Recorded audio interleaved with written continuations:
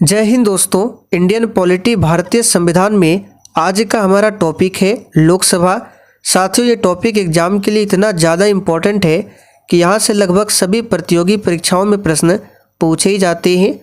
तो साथियों, आज के सेशन में हम लोग इस टॉपिक से लगभग 50 सेलेक्टेड क्वेश्चंस को कवर करेंगे, जो कि आपके एग्ज़ाम के लिए काफ़ी ज़्यादा इम्पोर्टेंट रहेगा।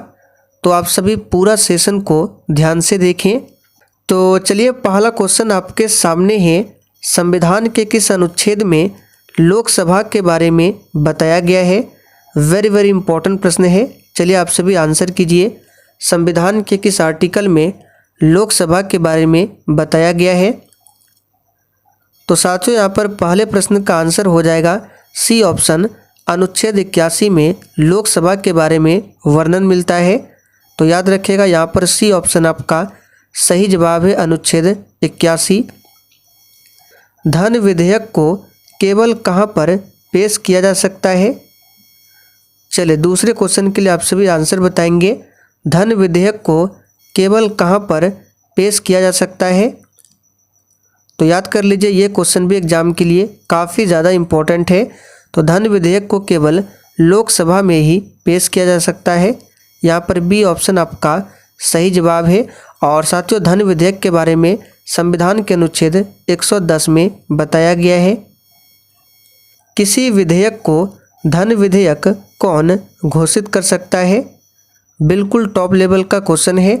और साथियों, प्रत्येक स्टूडेंट को नीचे लाइव चैट में अपना अपना आंसर देना है, जिससे आपका प्रॉपर तरीके से रिवीजन हो। और लाइव चैट का ऑप्शन तभी आपको मिलेगा जब आप लोग क्लास को क्लास टाइमिंग पर ही देखेंगे। यानी कि ये जो क्लास है डेली शाम 7:30 बजे आपको लाइव चैट के साथ दिया जाता है। तो आप लोग डेली इसी टाइम पर क्लास करें। तो किसी विधेयक को धन विधेयक कौन घोषित कर सकता है? तो याद रखिएगा, लोकसभा का अध्यक्ष। यहाँ पर डी ऑप्शन आपका सही जवाब है। और वर्तमान में लोकसभा के अध्यक्ष कौन है? तो ओम बिरला है। आगे देखिए, संविधान के किस अनुच्छेद में धन विधेयक के बारे में बताया गया है? तो अभी हमने आपको ऊपर बताया किस आर्टिकल में धन विधेयक के बारे में बताया गया है। तो अनुच्छेद 110 में। यहाँ पर डी ऑप्शन आपका सही जवाब है। याद कर लीजिए, प्रश्न इंपॉर्टेंट है। अनुच्छेद 110 में धन विधेयक के बारे में बताया गया है। लोकसभा अध्यक्ष अपना त्यागपत्र किसे देता है? चलिए इस प्रश्न पर स्टार मार्क कर लीजिए। बार बार ये क्वेश्चन पूछा जाता है कि लोकसभा का अध्यक्ष अपना त्यागपत्र किसे देता है? तो याद रखिएगा, इसका सही जवाब है लोकसभा उपाध्यक्ष को। तो यहाँ पर डी ऑप्शन जो ही बच्चे बता रहे हैं उनका बिल्कुल सही जवाब है, लोकसभा उपाध्यक्ष को। और साथियों, बिल्कुल इसी तरह से हम लोग पूरा पॉलिटी को टॉपिक वाइज एमसीक्यूज में समाप्त करने वाले हैं। और अगर आपको इन सभी सेशन का PDF चाहिए आंसर के साथ में, तो आप लोग प्ले स्टोर पर जाइए और वहाँ पर आपको सक्सेस वर्ल्ड MCQ एप्लीकेशन मिल जाएगा। उसको डाउनलोड कर लेना है और इस वाले कोर्स को आपको ले लेना है। इसमें सभी जितने भी सेशन कराए गए सभी सेशन का PDF मिल जाएगा आंसर के साथ में। लोकसभा उपाध्यक्ष अपना त्यागपत्र किसे देता है? तो देखिए, अभी हमने क्या देखा कि लोकसभा का जो अध्यक्ष है अपना त्यागपत्र किसे देता है? तो लोकसभा उपाध्यक्ष को। और यहाँ पे क्या पूछा गया है कि लोकसभा का उपाध्यक्ष अपना त्यागपत्र किसे देगा? तो याद रखिएगा, लोकसभा अध्यक्ष को। यानी कि दोनों ही एक दूसरे को देते हैं अपना अपना त्यागपत्र। लोकसभा अध्यक्ष का चयन कौन करता है? तो साथियों, यहाँ पर 7वें प्रश्न का सही जवाब होगा लोकसभा अध्यक्ष का चयन करता है कौन? तो लोकसभा का सदस्य। यहाँ पर डी ऑप्शन आपका सही जवाब है, लोकसभा का सदस्य। आगे देखिए, लोकसभा सदस्य बनने के लिए क्या योग्यता होनी चाहिए? चलिए सभी ऑप्शन को ध्यान से पढ़िए। और साथियों, जिन्होंने अभी तक सेशन को लाइक नहीं किया है, फटाफट से आप सभी सेशन को लाइक करें। तो लोकसभा सदस्य बनने के लिए सबसे पहले उम्र 25 वर्ष हो, भारतीय नागरिक हो, किसी भी लाभ के पद पर ना हो, मानसिक तौर पर ठीक हो। यानी कि उपर्युक्त सभी होने चाहिए योग्यता। लोकसभा अध्यक्ष की अनुपस्थिति में किसी विधेयक को धन विधेयक कौन घोषित कर सकता है? यहाँ पे विधेयक होगा। और बिल्कुल हम लोग शुरुआत से प्रश्नों को कवर कर रहे हैं, इसलिए पूरा सेशन को ध्यान से देखें। आज आपका ये 8वां टॉपिक भी कंप्लीट हो जाएगा। तो यहाँ पर इस प्रश्न का सही जवाब हो जाएगा ऑप्शन डी, लोकसभा उपाध्यक्ष। आगे देखिए, लोकसभा का अन्य नाम क्या है? तो साथियों, लोकसभा का अन्य नाम क्या क्या हो जाएगा? तो इसे निम्न सदन, अस्थायी सदन, लोकप्रिय सदन, ये सभी कहा जाता है लोकसभा को। तो यहाँ पर डी ऑप्शन आपका सही जवाब है, उपर्युक्त सभी। आगे देखिए, राष्ट्रीय आपातकाल के दौरान लोकसभा के कार्यकाल को एक बार में कितने वर्ष के लिए बढ़ाया जा सकता है? और इस सेट में आपके जितने भी क्वेश्चन सही हो रहे हैं आप लोग साइड में कॉपी में लिखते चलिए, फिर सेशन के लास्ट में आपको कमेंट करके अपना अपना स्कोर बताना है कि आपने कितने प्रश्नों के सही सही आंसर दिए हैं। तो साथियों, राष्ट्रीय आपातकाल के दौरान लोकसभा के कार्यकाल को एक बार में कितने वर्ष के लिए बढ़ाया जा सकता है? तो यहाँ पर 11वें प्रश्न का सही जवाब क्या हो जाएगा? तो याद रखिएगा 1 वर्ष के लिए। डी ऑप्शन जो ही बच्चे दे रहे हैं आपका बिल्कुल सही जवाब है, 1 वर्ष के लिए। और ये जो राष्ट्रीय आपातकाल है, संविधान के आर्टिकल 352 में इसके बारे में बताया गया है। राष्ट्रीय आपातकाल के बारे में 42वां संविधान संशोधन 1976 के द्वारा लोकसभा का कार्यकाल 5 वर्ष से बढ़ाकर कितना कर दिया गया था? तो यहाँ पर इसका सही जवाब हो जाएगा 6 वर्ष। यहाँ पर प्रश्न ऐसे भी बन सकता है कि किस संविधान संशोधन के द्वारा लोकसभा का कार्यकाल 5 वर्ष से बढ़ाकर 6 वर्ष कर दिया गया था? तो याद रखिएगा 42वां संविधान संशोधन 1976 के तहत। आगे देखिए, 44वें संविधान संशोधन 1978 के द्वारा लोकसभा का कार्यकाल 6 वर्ष से घटाकर कितना कर दिया गया? तो यहाँ पर इसका सही जवाब है 5 वर्ष। देखिए, सबसे पहले 42वां संविधान संशोधन 1976 के तहत लोकसभा का जो कार्यकाल है 5 से बढ़ाकर 6 कर दिया गया। फिर बाद में 44वां संशोधन होता है 1978 में, और इसके द्वारा फिर से लोकसभा का कार्यकाल 6 वर्ष से घटाकर 5 वर्ष किया गया। धन विधेयक को राज्यसभा अधिकतम कितने दिन के लिए रोक सकता है? चलिए, इस प्रश्न पर आप सभी स्टार मार्क कर लीजिए, ये क्वेश्चन भी बार बार पूछा जाता है। तो साथियों, धन विधेयक को राज्यसभा जो है ये 14 दिन के लिए रोक सकता है। यहाँ पर डी ऑप्शन आपका सही जवाब है। कौन सा सदन जनता द्वारा प्रत्यक्ष रूप से निर्वाचित सदन है? तो साथियों, इसका सही जवाब है लोकसभा। याद रखिएगा, लोकसभा सदन जो होता है ये जनता द्वारा प्रत्यक्ष रूप से निर्वाचित होता है। कौन सा सदन भारत में जनता का प्रतिनिधित्व करता है? तो यहाँ पर 16वें प्रश्न का सही जवाब हो जाएगा सी ऑप्शन, लोकसभा। आगे देखिए, लोकसभा के सदस्यों की अधिकतम संख्या कितनी होती है? तो साथियों, यहाँ पर 17वें प्रश्न का सही जवाब है, इसको भी याद कर लीजिए, बार बार पूछा जाता है। तो लोकसभा के सदस्यों की अधिकतम संख्या जो है 552 होती है, लेकिन वर्तमान में अभी कितने सदस्य हैं? तो 545 है, लेकिन मैक्सिमम 500, यहाँ पे देखिए 25 नहीं होगा, 552 होगा। सी ऑप्शन में दिया गया है 552, और वर्तमान में पूछे तो 545 है। आगे देखिए, लोकसभा में वर्तमान सदस्य की संख्या कितनी है? तो अभी हमने आपको बताया वर्तमान में 545 है, और ये मैक्सिमम हो सकता है कितना? तो 552। आगे देखिए, किसी संविधान संशोधन द्वारा लोकसभा के सदस्यों की संख्या 525 से बढ़ाकर 545 किया गया था। तो किस संशोधन द्वारा ऐसा किया गया? तो सही जवाब है 31वां संविधान संशोधन। इसके द्वारा लोकसभा का जो सदस्य था पहले 525 था, और इसे बढ़ाकर 545 कर दिया गया है। तो याद रखिएगा 31वां संविधान संशोधन द्वारा। संविधान के अनुच्छेद 82 के अनुसार लोकसभा की सीटों का राज्यों के मध्य आवंटन किस वर्ष की जनगणना के आधार पर है? ये क्वेश्चन भी बार बार पूछा जाता है, इस पर स्टार मार्क कर लीजिए। तो इसका सही जवाब है 1971 की जनगणना के आधार पर। और ये कब तक रहेगा, तो चलिए आगे भी कवर करेंगे।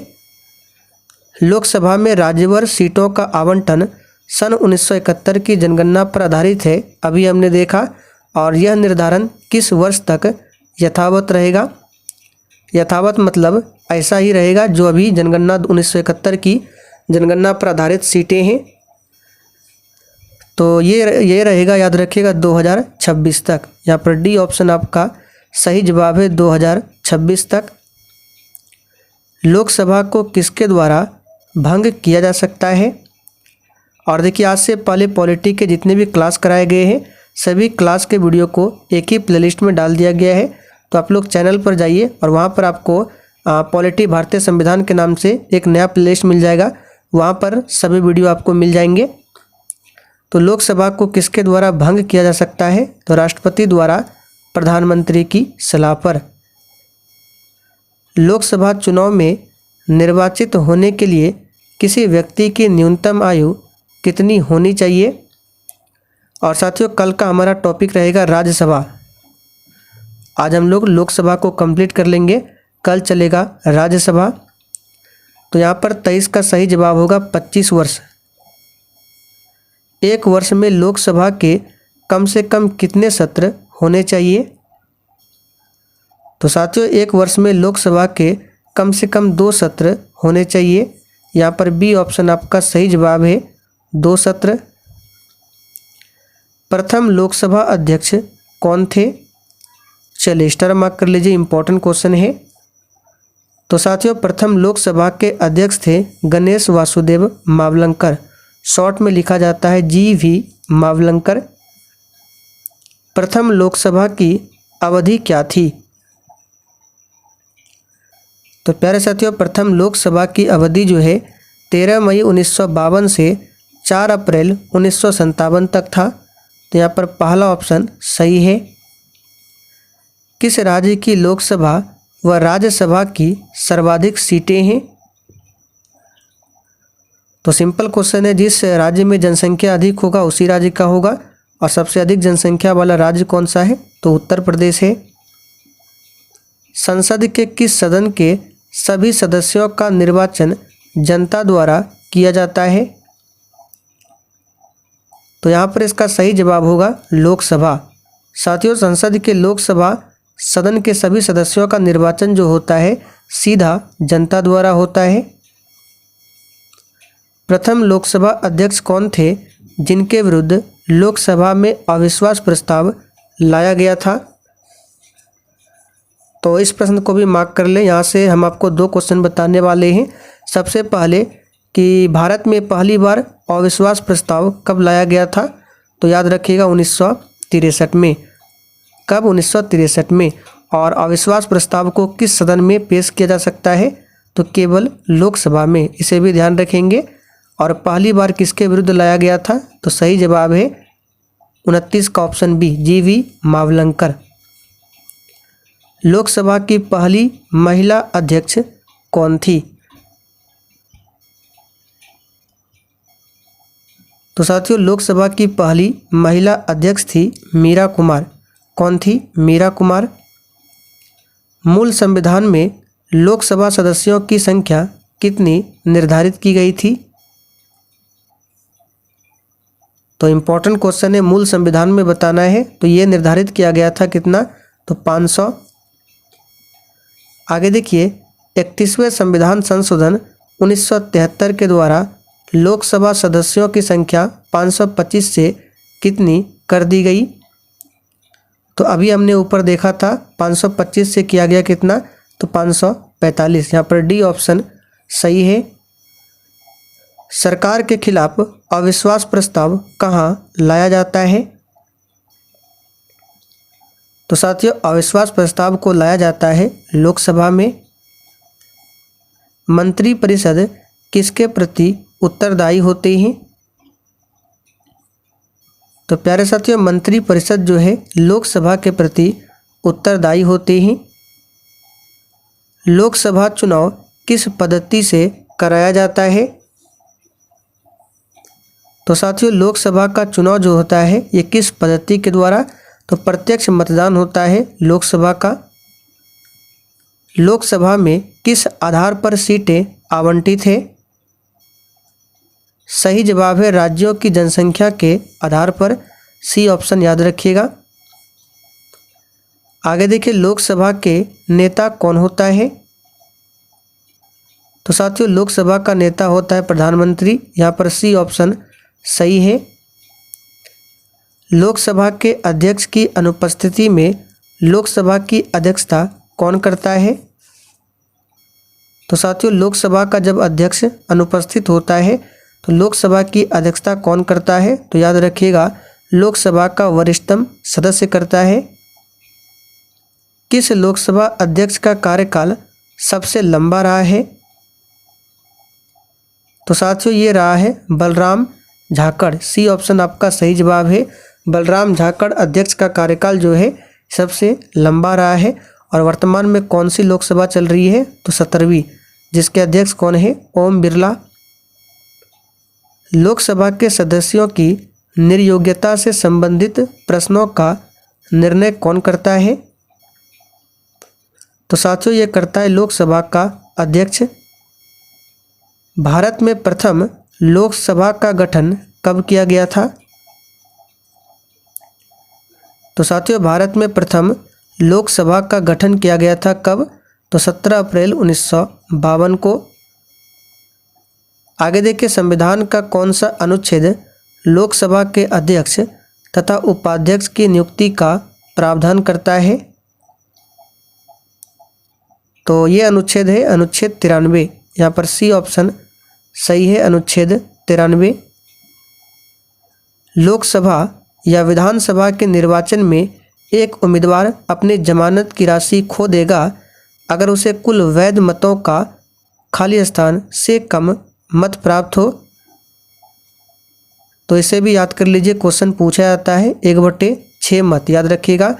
देखिए लोकसभा या विधानसभा के निर्वाचन में एक उम्मीदवार अपनी जमानत की राशि खो देता है अगर उसे कुल वैध मतों का 1/6 से कम मत प्राप्त होता है। लोकसभा के बैठक के 2 सत्रों के बीच अधिकतम कितने समय का अंतराल नहीं होना चाहिए? तो ये भी इम्पोर्टेंट है, बार बार पूछा जाता है। इसका सही जवाब है 6 माह से अधिक नहीं होना चाहिए। लोकसभा का कार्यकाल 5 वर्ष से अधिक किस अवस्था में बढ़ाया जा सकता है? तो साथियों लोकसभा का कार्यकाल जो है 5 वर्ष से अधिक ये राष्ट्रीय आपातकाल की स्थिति में बढ़ाया जा सकता है। यहाँ पर बी ऑप्शन सही है। लोकसभा में कोरम यानी कि गणपूर्ति पूरा करने के लिए कम से कम कितने सदस्यों की ज़रूरत होती है? चलिए स्टार मार्क कीजिए, ये भी क्वेश्चन पूछा जाता है। तो लोकसभा में गणपूर्ति यानी कोरम के लिए कुल सदस्य का 1/10 भागों की ज़रूरत पड़ती है। यानी कुल सदस्य में 1/10 सदस्य जो है ये उपस्थित होने चाहिए, तभी लोकसभा में गणपूर्ति हो सकती है। तो यहाँ पर पहला ऑप्शन आपका सही जवाब है। लोकसभा का कार्यकाल कितने वर्षों का होता है? तो साथियों लोकसभा का कार्यकाल 5 वर्षों का होता है। लोकसभा में मंत्री परिषद के विरुद्ध अविश्वास का प्रस्ताव लाने हेतु न्यूनतम सदस्य की संख्या कितनी होती है? सही जवाब है डी ऑप्शन 50। कोई विधेयक धन विधेयक है कि नहीं, इसका निर्णय कौन करता है? तो याद रखिएगा कोई विधेयक धन विधेयक है या नहीं, इसका निर्णय करता है लोकसभा का अध्यक्ष। यहाँ पर सी ऑप्शन आपका सही जवाब है। तो साथियों आज के लिए इतना ही। आज के सेशन में हम लोगों ने लोकसभा से संबंधित 49 मोस्ट इम्पॉर्टेंट प्रश्नों को कवर किया है। तो सेशन पसंद आया हो तो सेशन को लाइक करते हुए जाना है।